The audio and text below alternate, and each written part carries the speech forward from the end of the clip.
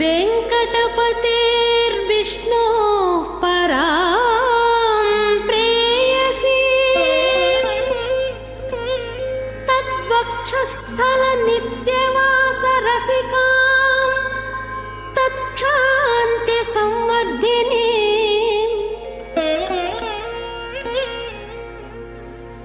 पद्मालङ्कृतपाणिपल्लवयुगां पद्मासनस्थां श्रियम् वात्सल्यादिगुणोज्ज्वलां भगवती वन्दे जगन्मातरम्।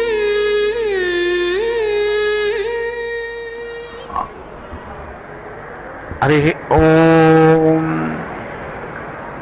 शुक्लांबरधरं विष्णुं द्विजवन्नं चतुर्भुजं प्रसन्नवदनं ध्यायेत् सर्वविघ्नोपशान्तये। यशोद्धरदवक्ताक्षपारिसज्जापरिष्यितं विघ्नं निघ्नं च तततं विश्वक्षीणं समाक्षये।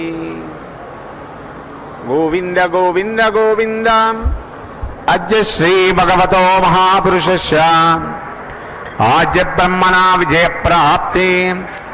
श्वेतवराह कल्पे वैवस्वत मन्वन्तरे कलियुगे प्रथम पादे जम्बोद्वीपे भरतवर्षे भक्तकण्डे मेरो अश्विन्नवर्तमानि व्यवहारके चांद्रमानेन प्रभवादि सत्य संवत्सराणां मध्ये श्री क्रोधी नाम संवत्सरे उत्तरायणे ग्रीष्म ऋतु आषाढ़मासे शुक्लपक्षे प्रथम्यायां वासरः वासरस्तु स्थिरवासरस्तायां पुनर्वसु नक्षत्रयुक्तायां शुभ नक्षत्र शुभयोग शुभकरण एवं गुण विशेषण विशिष्टायां अस्यां शुभतिथौ श्री भगवदाज्ञाय भगवत् कैंकर्य रूपं श्रीमन्नारायण प्रीत्यर्थं श्री भोग श्रीनिवास समेत श्री पद्मावती दिव्य श्री चरणारविन्दयोः राजराष्ट्र अभिवृद्ध्यर्थं लोकक्षेमाभिवृद्ध्यर्थं सर्वेषां महाजनानां क्षेमश्रेयवीर्यविजयारोग्य अष्ट ऐश्वर्याभिवृद्ध्यर्थं धर्मार्थकाममोक्षचतुर्विलफलपुरुषार्थसिद्ध्यर्थं इष्टकाम्यार्थसिद्ध्यर्थं मनोवाञ्छिताफलपुण्यफलसिद्ध्यर्थं राजद्वारे सर्वकार्यानुकूलसिद्ध्यर्थं श्री पद्मावती परिपूर्णकटाक्षसिद्ध्यर्थं श्री पद्मावती दिव्य श्री चरणारविन्दयोः प्रातःकाल कल्याणोत्सवांग आचार्यमुखेन कारयिष्ये।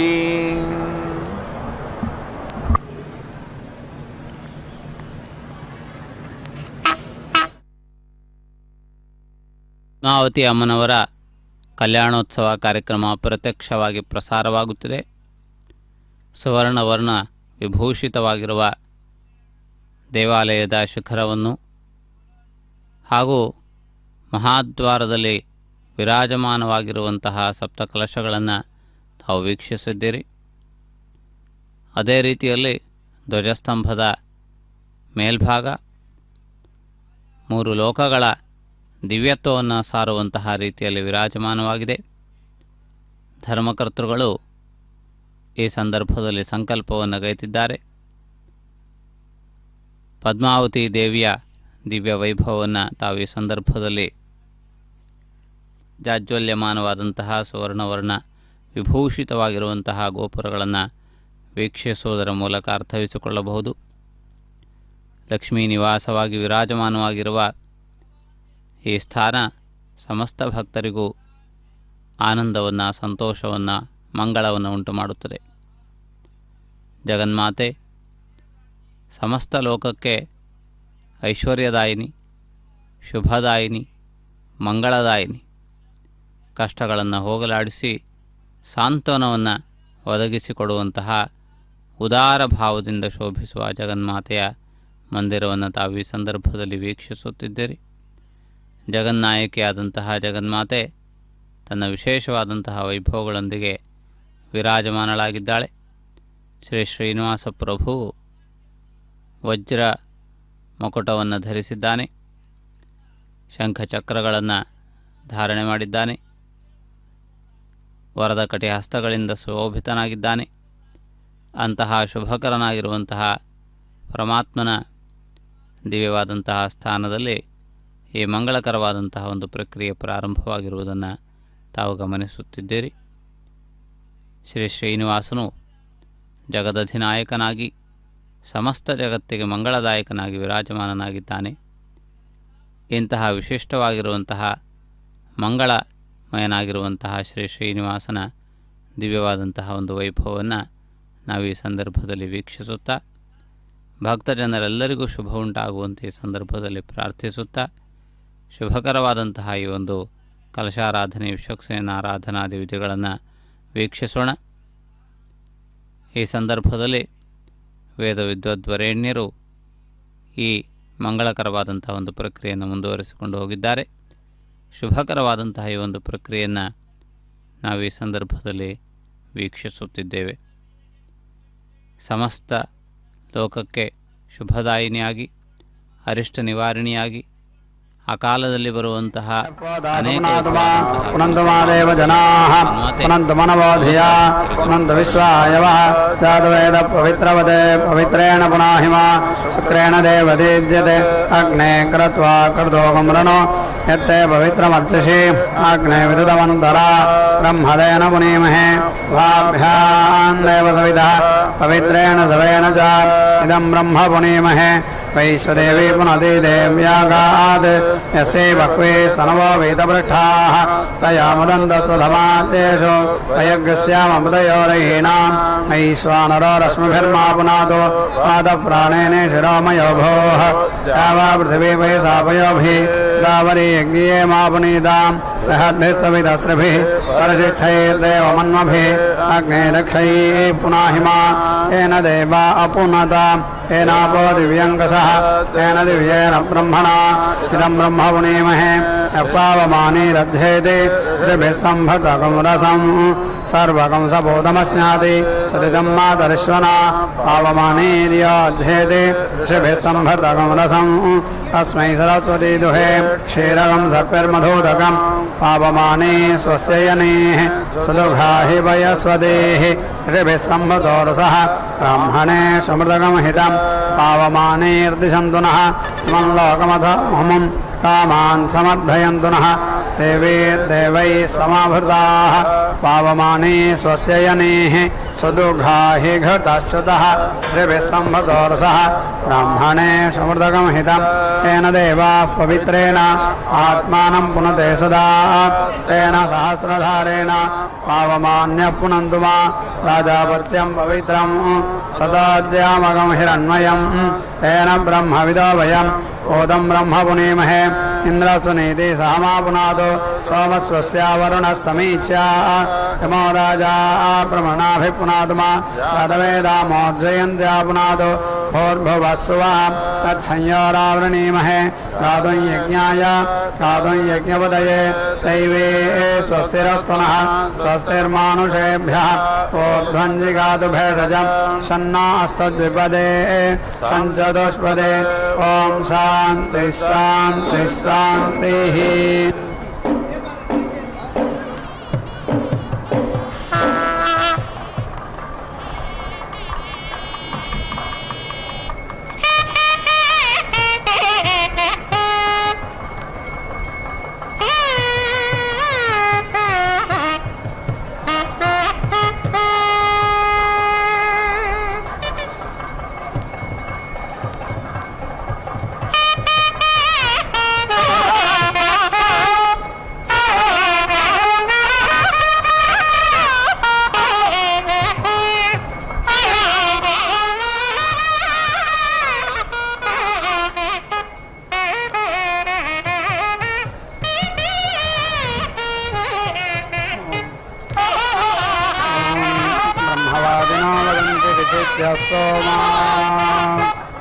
विचित्या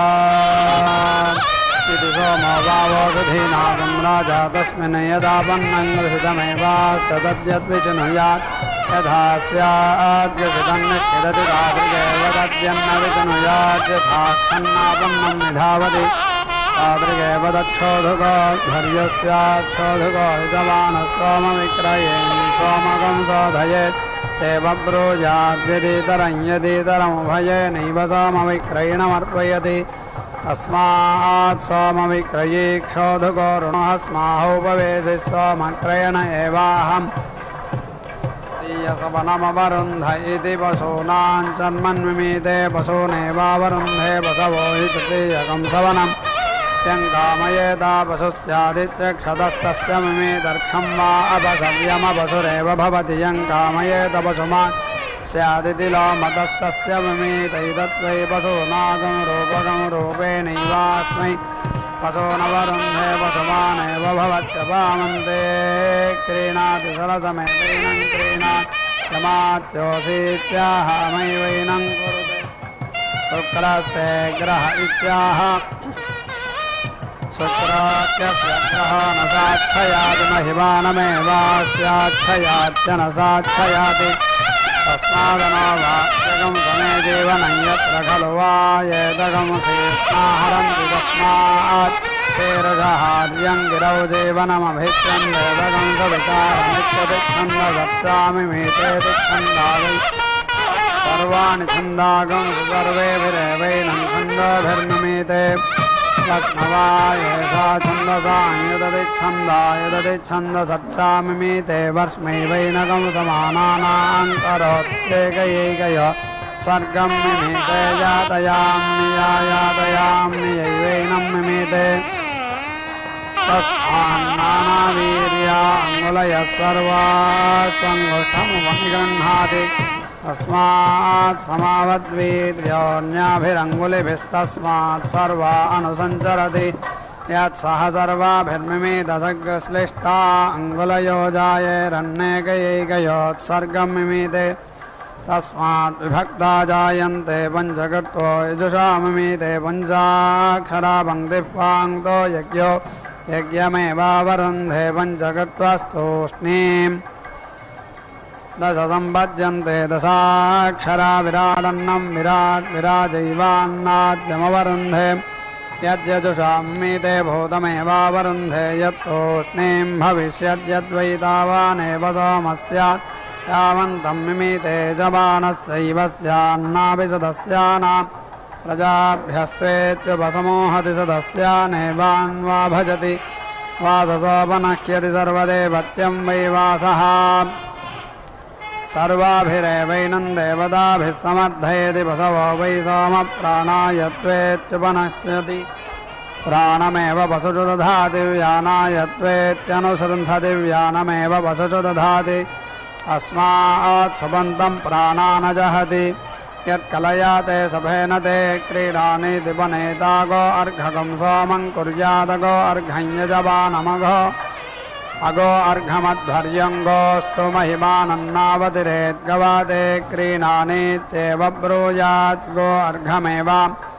सोमं करोति गो अर्घं यजमानं गो अर्घमध्वर्यन्न गोर्महिमानमवतिरत्यजया क्रीणाति सतपसमेवैनं क्रीणाति हिरण्येन क्रीणाति सशुक्रमेवैनं क्रीणाति धेन्वा क्रीणाति साशिरमेवैनं क्रीणात्यर्षभेन क्रीणाति सेन्द्रमेवैनं क्रीणात्यनडुहा क्रीणाति वह्निर्वा अनड्वान् वह्निनैव वह्नियज्ञस्य क्रीणाति मिथुनाभ्यां क्रीणाति मिथुनस्यावरुद्धै वाससा क्रीणाति सर्वदेवत्यं वै वासः सर्वाभ्य एवैनं देवताभ्यः क्रीणाति दश सम्पद्यन्ते दशाक्षरा विराट् अन्नं विराट् विराजैवान्नाद्यमवरुन्धे अपदस्तनोरसि प्रजापतेर्वर्ण इत्याह पशुभ्य एव ददद्भर्यन्नुत आत्मनो नावृस्काय गच्छति श्रियं प्रपशूनाप्नोति य एवं वेद शुक्रन्ते शुक्रेण क्रीणामीत्याह यथा यजुरेवैतद्देवा वै येन हिरण्येन सोममक्रीणन्ददभीषः पुनराददतको हि तेजसा विक्रेष्यत इति येन हिरण्येन सोमं क्रीणीयात् तदभीषः पुनराददीत तेज एवात्मन्धत्ते स्मे ज्योतिः सोमविक्रीणितम इत्याह ज्योतिरेव यजमाने दधाति तमसा सोमविक्रयणमर्पयति यदनुपग्रथ्य हन्याद्दन्दशोकास्तागं समागं सर्पास्युरिदमहगं सर्पाणां दन्दशोकानां उपग्रथामीत्याह दन्दशोकास्तागं समागं सर्पा भवन्ति तमसा सोमविक्रयणं विद्यति स्वानभ्राजेत्याहैते वा अमुष्मिन् लोके सोममरक्षन्तेभ्यो दिशोममाहरन् यदेतेभ्यः सोमक्रयणान्नानुदिशेत् अक्रीतोऽस्य सोमस्यान्नास्यैते मुष्मिन् लोके सोमकं रक्षेयुः यदेतेभ्यः सोमक्रयणाननुदिशति क्रीतोऽस्य सोमो भवत्येतेऽस्य मुष्मिन् लोके सोमकं रक्षन्ति अरुणो वै क्रीतः सोम वनद्धो मित्रो न येहि सुमित्रधा इत्याह सान्त्या इन्द्रस्योरुमाविशदक्षिरमित्याह देवा वैयकं सोममक्रीणन्तमिन्द्रस्योरौ दक्षिण आसादयन्नेष खलु वा ये तर्हीन्द्रो यो यजते तस्मादेव माहोदायुषा स्वायुषेत्याह देवता एवान्वारभ्योत्तिष्ठत्युर्वन्तरिक्षमन्विहीत्याह अन्तरिक्षदेवत्यो ओक्ये तर्हि सोमोदित्याः सदोऽस्यदित्याः सद आसीदेत्याह यथा यजुरेवैतद्विवायेन मेतदर्थयति यद्वारुणकं सन्तं मैत्रं करोति वारुण्यर्चा साधयति स्वयैवैनं देवतया समर्थयति वाससा पर्यानक्यति सर्वदेवत्यं वै वासः सर्वाभिरेवैनं देवताभिः समर्थयत्यथो रक्षसामुपहच्ति वनेषु व्यन्तरिक्षं ददानेत्याह वनेषु शिव्यन्तरिक्षं ददाना वाजमर्वत्स्वित्याह वाजगह्यर्वत्सवयोऽग्नियास्वित्याह पयोह्यग्नियासु हृत्सुक्रतुमित्याह हृत्सुहि क्रतं वरुणो विक्ष्वग्निमित्याह वरुणो हि विक्ष्वग्निं दिवि सोऽद्यमित्याह दिवि सोऽद्यगं सोममद्रावित्याह तावानो वाद्रयस्तेषु वा येषु सोमन्नधाति यो यजते तस्मादेव माहोदुच्यं जातवेदसमिति सौर्यच्चाकृष्णाजिनं प्रत्यानक्यति रक्षसामुपहत्या उत्स्रावेदन्धोरुषाः वित्याह यथा यजुरेवैतत्प्रत्यवस्वभवस्वत इत्याह भूतानागह्येष पतिर्विश्वान्यभिधामानीत्याह विश्वानित्ये एषोऽभिधामानि प्रत्यवते मात्वा परिपरिविददित्याह यदेवादस्सोममा क्रियमाणं गन्धर्वो विश्वावसो पर्यमुष्णा तस्मादेव माहापरिमोषाय यजमानस्य स्वस्त्ययन्यसीत्याह यजमानस्यैवैष यज्ञस्यान्वारम्भो न वच्छित्यै वरुणो वा एष यजमान अभ्यैति यत्क्रीतः सोमोपनद्धो नमो मित्रस्याम् वरुणस्य चक्षस इत्याह शान्त्या आसोमं वहन्त्यग्निना प्रतितिष्ठते तौ सम्भवन्तौ यजमानमभिसम्भवतः खलु वा वैषमेधायात्मानमारभ्य चरति यो दीक्षितो यदग्नि सोमीयं वसुमालभदात्मनिष्क्रेण एवास्य तस्मात् तस्य दास्यं पुरुषनिष्क्रेणैभक्त्यसो खल्वाहुः अग्निसोमाभ्यां वा इन्द्रो वृत्रमहन्निति यदग्निसोमीयं वसुमालभते वार्तघ्न एवास्य सदस्मात् वास्यं वारुण्यर्चा परिचरति स्वयैवैनं देवतया परिचरति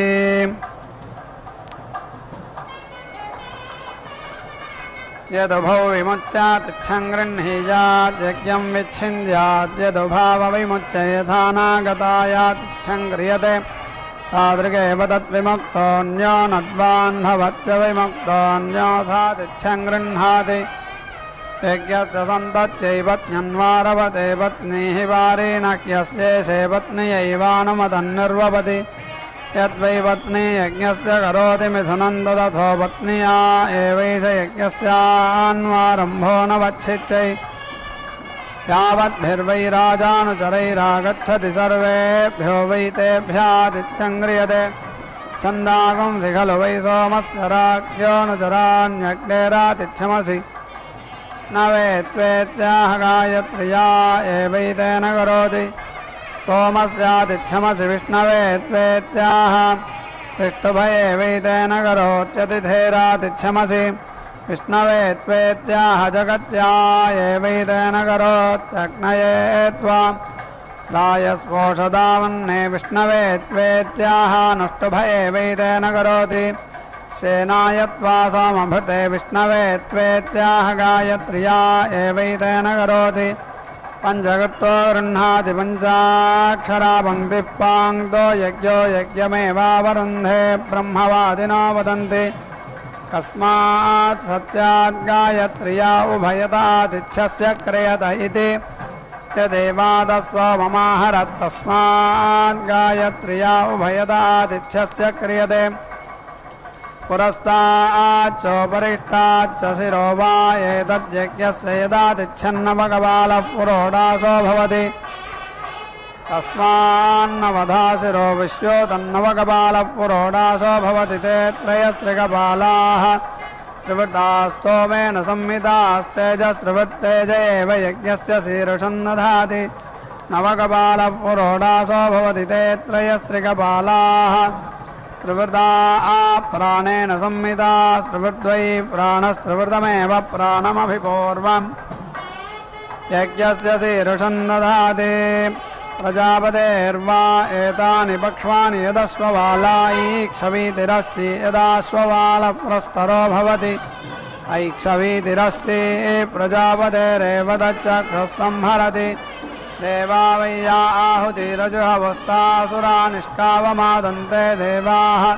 कार्ष्मद्यमपश्यन् कर्मण्यो वै कर्मैनेन कुर्वीतेति एकाश्मद्यमयान् परिधि न कुर्वताम् तैर्वैते रक्षागस्य पाघ्नत यत्कार्ष्मर्यमयाः परिधयो भवन्ति रक्षसामपहत्यै सग्गस्पर्शयति रक्षसामनन्वोचाराय न पुरस्तात् परिददात्यादित्यो केवोद्यन् पुरस्तात् रक्षागस्य वहन्त्यूर्ध्वे समिधा वा दधात्युपरिष्टादेव रक्षागस्य वहन्ति यजुषान्यां तूष्णीमन्यां मिथुनत्वा यद्वे आदधाति द्विपाद्यजमानः प्रतिष्ठित्यै ब्रह्मवादिनो वदन्त्यग्निश्च वा एतौ सोमश्च कथा सोमायातिच्छं क्रियते नाग्नय इति यदग्नावग्निम् अधित्वा प्रहरति तेनैवाग्नयातिच्छं क्रियते अथो खल्वाहुरग्निः सर्वा देवता इति यद्धविरासाद्याग्निं मन्थति हव्यायैवासन्नाय सर्वा देवता जनयति देवासुराः संयत्ता आसन्ते देवामिथो विप्रिया आसन्ते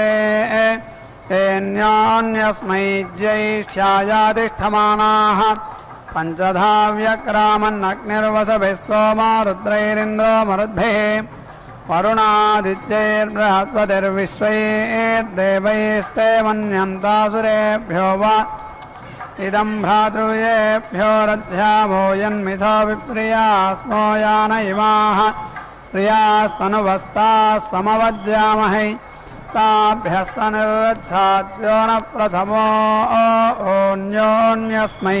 द्रुह्यादिति तस्माद्यस्तता नून प्रीणां प्रथमो द्रुह्यति सार्तिमार्च्छति यत्तानो नत्रकं समवज्यति भ्रातृव्या विभोच्यै भवत्यात्मना परास्य भ्रातृव्या भवति पञ्चकृत्वा वज्यति पञ्चधा हि ते तत्समवाज्यन्ताथो पञ्चाक्षरा पङ्क्तिः पाङ्क्तो यज्ञो यज्ञमेवावरुन्ध आपतये त्वा गृह्णामीत्याह प्राणो वा आपतिः प्राणमेव प्रीणाति परिपदय इत्याह मनो वै परिपतिर्मन एव प्रीणाति तनूनं त्रैत्याह तनुवोहिते ताः समवाद्यन्ताम् शाक्वरायेत्याह शक्तिः ते ताः समवाद्यन्ताम् शक्मन्नो जिष्ठायेत्याहो जिष्ठगं हिते ज्येष्ठगं हि ते तदात्मनः समवाद्यन्तानाधृष्टमस्य नाधृष्यमित्याहानाधृष्ये तदनाधृष्यम् देवानामोज इत्याह देवानागृह्ये ततोजोऽभिषस्तिपा अनभिषस्तेऽन्यमित्याह अभिषस्तिपाख्ये तत् अनभिषस्तेऽन्यमनुमे दीक्षान् दीक्षापतिर्मन्यतामित्याह यथा यजुरे वै तद्घृतं वै देवासुरानभ्यभवन् अग्निमिव खलु वा एष प्रविशति यो वान्तरदीक्षामुपैति भ्रातृया विभूति भवत्यात्मना परास्य भ्रातृयो भवति आत्मानमेव दीक्षया वादि प्रजामवान्तरदीक्षया सन्तराम् मेघलागं समायच्छते प्रजाख्या आत्मनोऽन्तरतरा दप्तव्रतो भवति मदन्तेभिर्मार्जयते निर्ष्यग्निः सीतेन वायति समिद्धि याते अग्ने रुद्रिया तनूरित्याह स्वयैवैनद्देवतया व्रतयति स यो नित्वाय शान्त्यै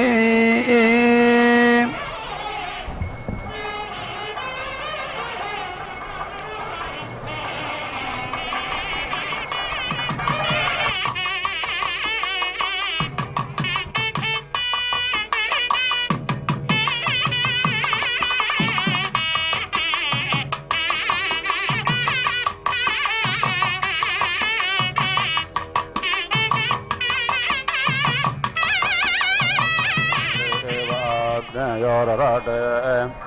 पुरस्ताः सरस्वती मे शतस्थाद्दन्वोः आश्विनाधोरामो भागो सोमावोष्णस्यामो नाभ्याग्सौर्ययामौ श्वेतश्च कृष्णश्च पार्श्वयोः ताष्टोलोमसक्तो सत्योर्वाय व्यश्वेतपुच्छयन्द्राय स्वभक्ष्याय वेहद्वैष्णवो वामनः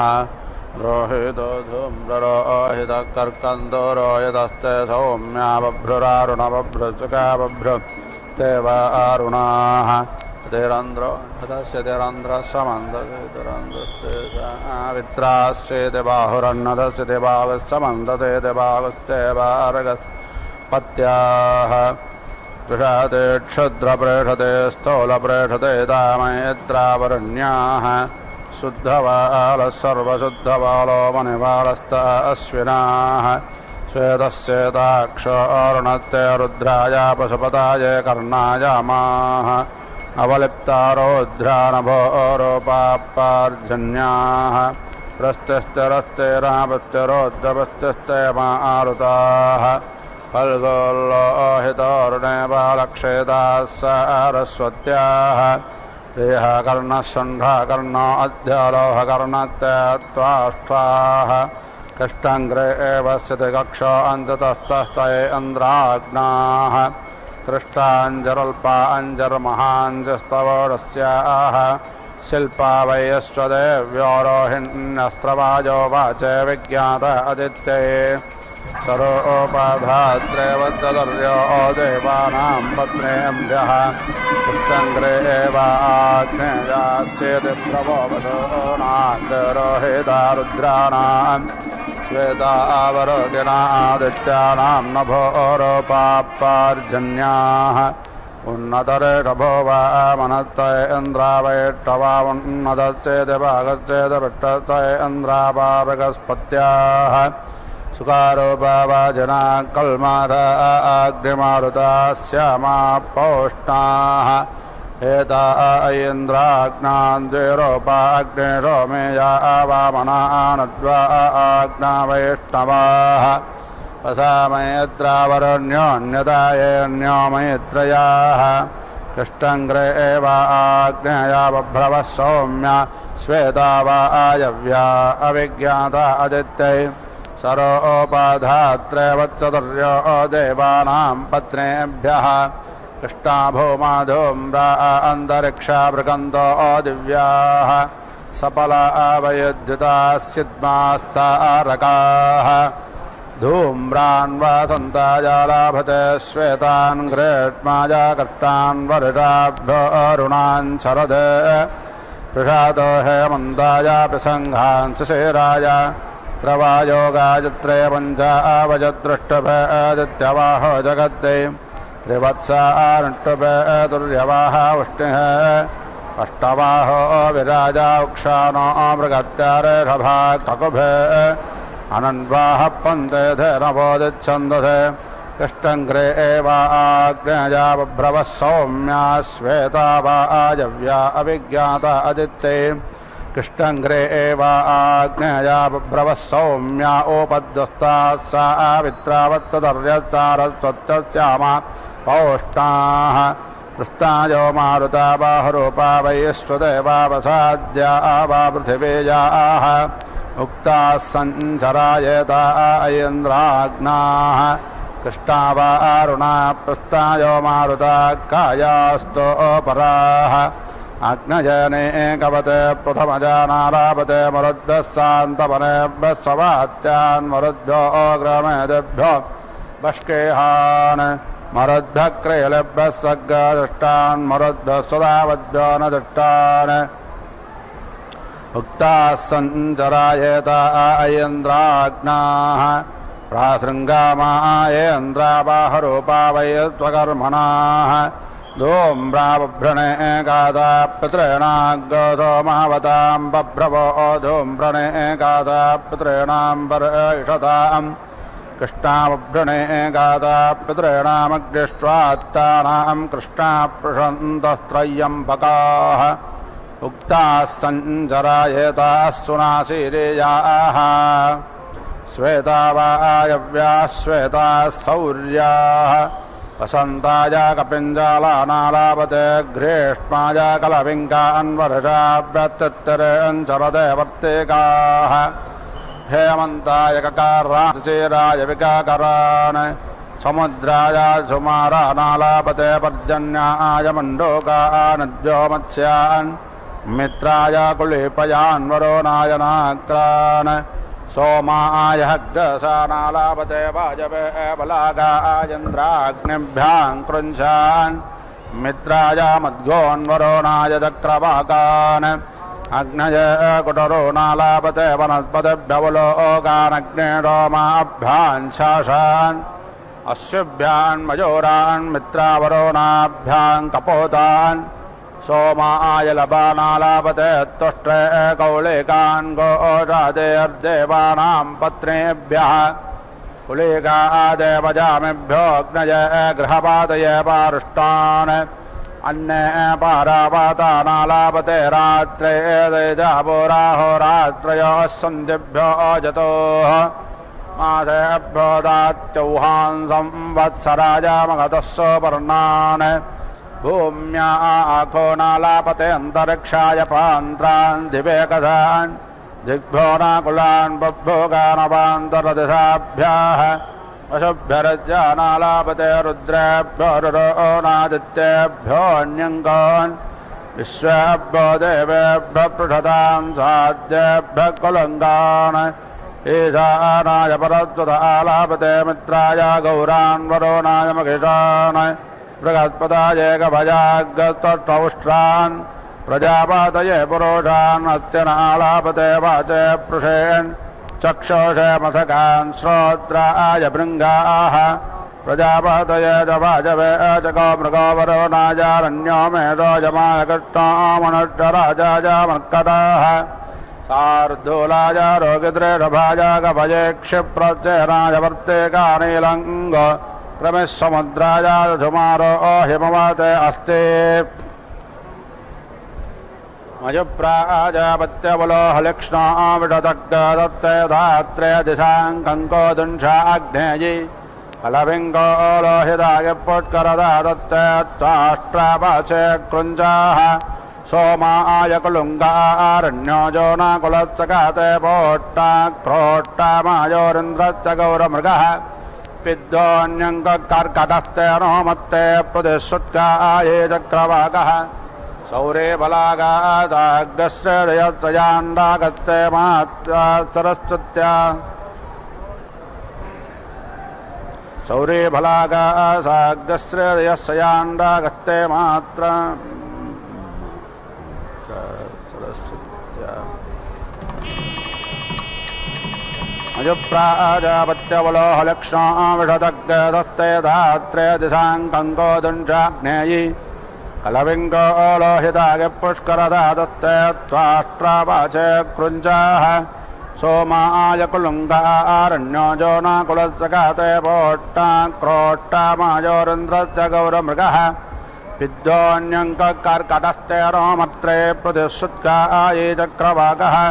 सौरिबलागासाग्रश्रेयस्सयाण्डागस्ते मैत्रा सरस्वत्या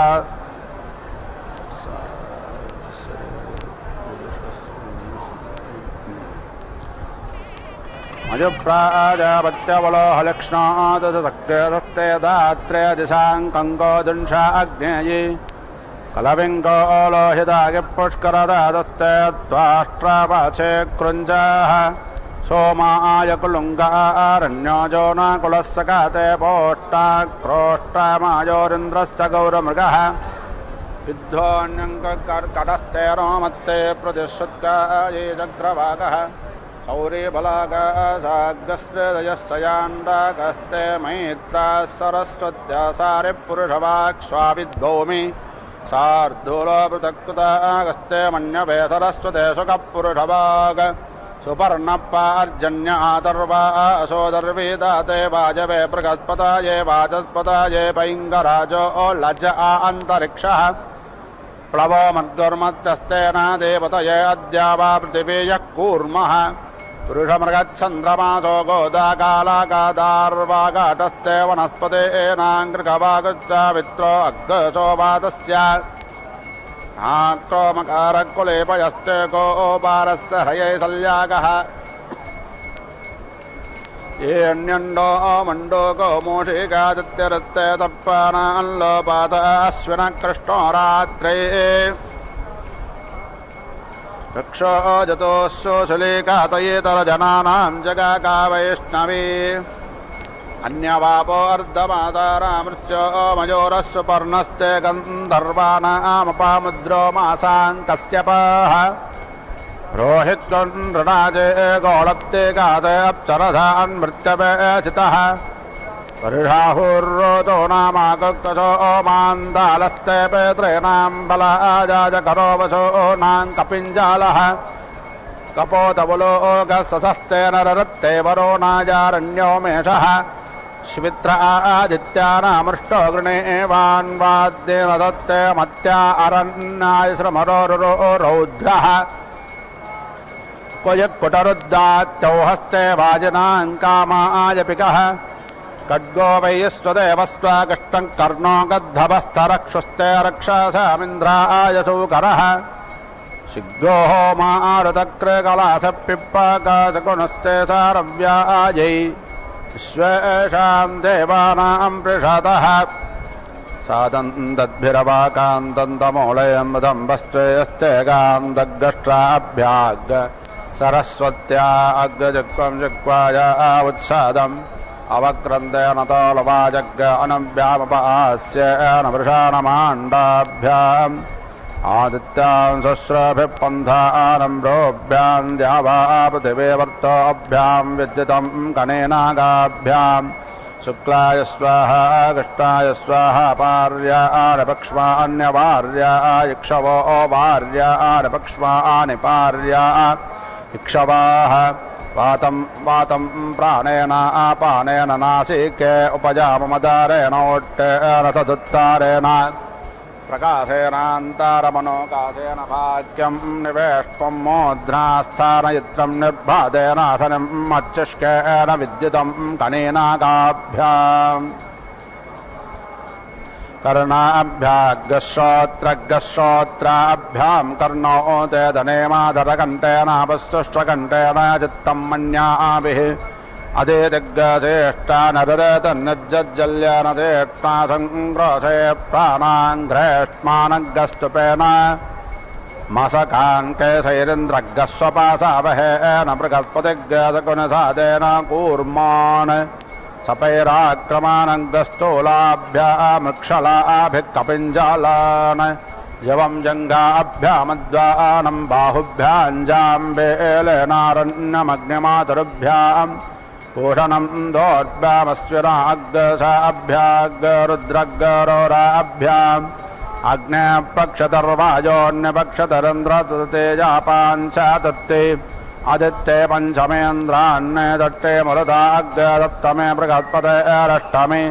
अर्यं नो नावमे धातुर्दातमेन्द्रस्येकादशे वरोणस्य द्वादशे यमस्य त्रयोदशे इन्द्राग्न्यो पक्षतरत्वत्तेन पक्षतरमत्रस्य दतेजा सोमतदधर्ते निररत्ते पञ्चम्यक्रीडो माजो षट्टे दप्पानाग्दत्तमे विष्टोरष्टमे ओष्टो नावमे तोष्टब्दशमेन्द्रस्येकादशे वरोणस्य द्वादशे यम्मे त्रायोदशे जावा पृथिव्यो दक्षिणं पात्रं विश्वेषां देवानामुत्तरं मरुदाग्स्कन्दा विश्वेषां देवानां प्रथमा केकादा रुद्राणां द्वितीया आदित्यानां तृतीया वायो पृच्छामग्रेतो मायो वासादो पृञ्चोषोणिभ्यामिन्द्रा बृहस्पते ऊरुभ्यां मित्रावरुणा अल्गाभ्यामाक्रमाणग्स्थूलाभ्यां बलङ्कुट्टाभ्यां पूषणं वनेष्टुनान्दाहे ಪದ್ಮಾವತಿ ಅಮ್ಮನವರ ಕಲ್ಯಾಣೋತ್ಸವದ ಅತ್ಯಂತ ಮುಖ್ಯವಾದಂತಹ ಭಾಗ ಕನ್ಯಾದಾನ ಪ್ರಸಂಗ ಪೂರ್ಣಗೊಂಡಿದ್ದು ಮಾಂಗಲ್ಯ ಪೂಜಾ ವಿಧಿಯನ್ನು ವಿವಿಧ ಮಂಗಲ ದ್ರವ್ಯಗಳಿಂದ ನಿರ್ವಹಿಸುತ್ತಿರುವುದನ್ನು ತಾವು ಗಮನಿಸುತ್ತಿದ್ದೀರಿ. ಪರಮಾತ್ಮನು ಶುಭಕರವಾದಂತಹ ಈ ಮಾಂಗಲ್ಯವನ್ನು ಪದ್ಮಾವತಿ ಅಮ್ಮನವರ ಕೊರಳಿಗೆ ಕಟ್ಟುವುದರ ಮೂಲಕ ಆ ಪರಮಾತ್ಮನು ಸಮಸ್ತ ಜಗತ್ತಿಗೂ ಕೂಡ ಮಂಗಳವಾಗುವಂತೆ ಆಶೀರ್ವದಿಸುತ್ತಾನೆ. ಶುಭಕರವಾದಂತಹ ಈ ಒಂದು ಸಂದರ್ಭದಲ್ಲಿ ಪರಮಾತ್ಮನ ದಿವ್ಯಮಂಗಲ ವೈಭವವನ್ನು ವೀಕ್ಷಿಸುತ್ತಾ ಶ್ರೀ ಶ್ರೀನಿವಾಸನ ಪರಿಪೂರ್ಣವಾದಂತಹ ಅನುಗ್ರಹವನ್ನು ಪ್ರಾರ್ಥಿಸುತ್ತಾ ಕೃತಾರ್ಥರಾಗೋಣ. ಜಗದಧಿನಾಯಕನಾದಂತಹ ಶ್ರೀ ಶ್ರೀನಿವಾಸನು ಸರ್ವಮಂಗಳದಾಯಕನಾಗಿ ತಿರುಚಾನೂರು ಕ್ಷೇತ್ರದಲ್ಲಿಯೂ ಕೂಡ ವಿರಾಜಮಾನನಾಗಿದ್ದಾನೆ. ಭೋಗ ಶ್ರೀನಿವಾಸ ಮೂರ್ತಿ ಎನ್ನುವಂತಹ ಹೆಸರಿನಿಂದ ಇಲ್ಲಿ ವಿರಾಜಮಾನನಾಗಿರುವಂತಹ ಮೂರ್ತಿಯನ್ನು ತಾವು ವೀಕ್ಷಿಸುತ್ತಿದ್ದೀರಿ. ಅದೇ ರೀತಿಯಲ್ಲಿ ಮಹಾಲಕ್ಷ್ಮಿಯು ಪದ್ಮಾವತಿ ಎನ್ನುವಂತಹ ಹೆಸರಿನಿಂದ ಪದ್ಮದಲ್ಲಿ ಆವಿರ್ಭವಿಸಿ ಸಮಸ್ತ ಲೋಕಕ್ಕೂ ಕೂಡ ಶುಭವನ್ನು ಒದಗಿಸಿಕೊಡುತ್ತಾ ವಿರಾಜಮಾನಳಾಗಿದ್ದಾಳೆ. ಈ ಮಂಗಳಕರವಾದಂತಹ ಒಂದು ಪ್ರಕ್ರಿಯೆಯನ್ನು ನಾವು ಈ ಸಂದರ್ಭದಲ್ಲಿ ವೀಕ್ಷಿಸುತ್ತಿದ್ದೇವೆ. ಸಮಸ್ತ ಲೋಕವೂ ಕೂಡ ಯಾವ ಜಗನ್ಮಾತೆಯ ಕರುಣೆಯಿಂದ ಅನುಗ್ರಹದಿಂದ ಜೀವನವನ್ನು ಸಾಗಿಸುತ್ತದೆಯೋ ಆ ಜಗನ್ಮಾತೆಯ ದಿವ್ಯವಾದಂತಹ ಸೇವೆಯನ್ನು ಭಕ್ತರು ಈ ಸಂದರ್ಭದಲ್ಲಿ ಸಂಕಲ್ಪಪೂರ್ವಕವಾಗಿ ನಿರ್ವಹಿಸುತ್ತಿದ್ದಾರೆ. ಮಹಾಲಕ್ಷ್ಮಿಯು ಎಲ್ಲ ಜೀವಿಗಳಿಗೆ ಬೇಕಾದಂತಹ ಆಹಾರವನ್ನು ಒದಗಿಸಿಕೊಡುತ್ತಾಳೆ. ಧಾನ್ಯ ಲಕ್ಷ್ಮಿ ಎನ್ನುವಂತಹ ಹೆಸರಿನಿಂದ ಆ ಜಗನ್ಮಾತೆಯನ್ನು ಗುರುತಿಸಿ ಪೂಜಿಸುತ್ತಾರೆ. ಈ ಜಗತ್ತಿಗೆ ಬೇಕಾದಂತಹ ಜೀವರಾಶಿಗಳ ಜೀವನಕ್ಕೆ ಬೇಕಾದಂತಹ ಆಹಾರವನ್ನು ಜಗನ್ಮಾತೆ ತನ್ನ ಮಾತೃತ್ವವನ್ನು ಪ್ರದರ್ಶಿಸುತ್ತಾ ಅನುಗ್ರಹಿಸುತ್ತಿದ್ದಾಳೆ. ಸಮಸ್ತ ಜೀವಜಗತ್ತು ತಾವಿರುವಂತಹ ಸ್ಥಾನದಲ್ಲಿ ತಮಗೆ ಬೇಕಾದಂತಹ ಆಹಾರವನ್ನು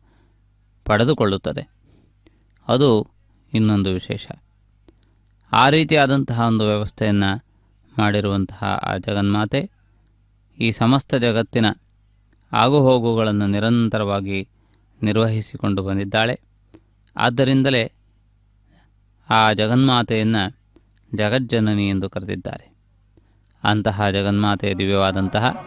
ಕಲ್ಯಾಣೋತ್ಸವದ ಮಾಂಗಲ್ಯ ಧಾರಣೆಯನ್ನು ವೀಕ್ಷಿಸಿ ವಸಿಯಾಯತ್ ಸಂಭೂತಂ ಭೂತಂ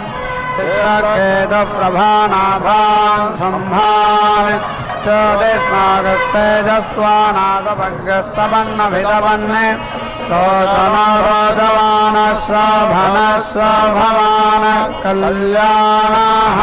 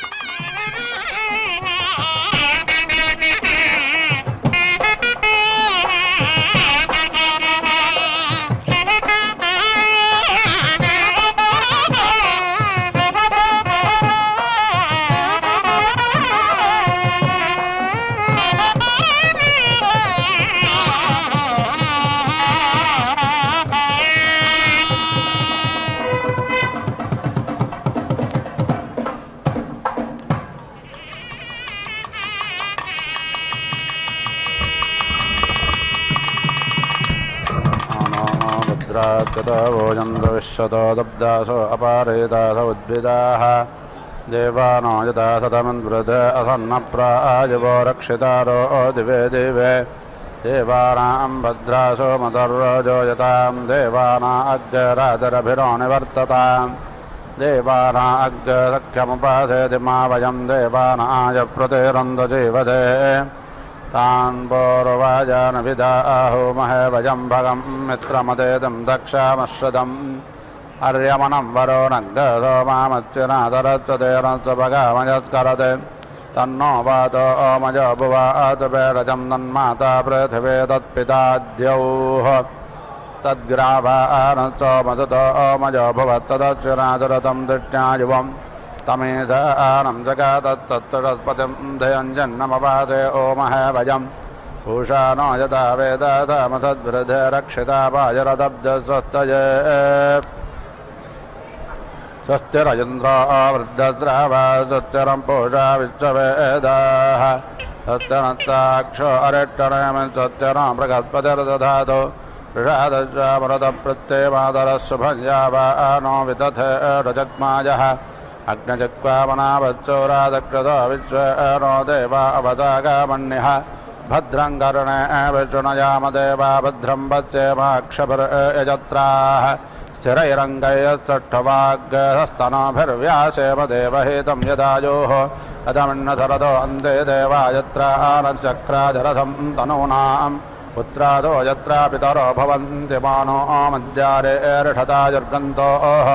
अदेतिद्यौरदेतिरन्तरिक्षमदेतिर्मातादपितादपुत्रः विश्वे देवा अदेति पञ्चजना अदेतिर्जातमदेतिर्जनित्वाम् पूर्णाहुतिमुत्तमाञ्जुहोति सर्वं वै पूर्णाहुति सर्वमेवाप्नोति अधो ययं वै पूर्णाहुति अस्यामेव प्रतिष्ठति नारायणाय विष्णवे वासुदेवाय धीमहि तन्नो विष्णुः प्रचोदयात् स्वाहा महादेवेदविद्महे विष्णुभद्राय धीमहि तन्नो लक्ष्मी प्रचोदयात् स्वाहा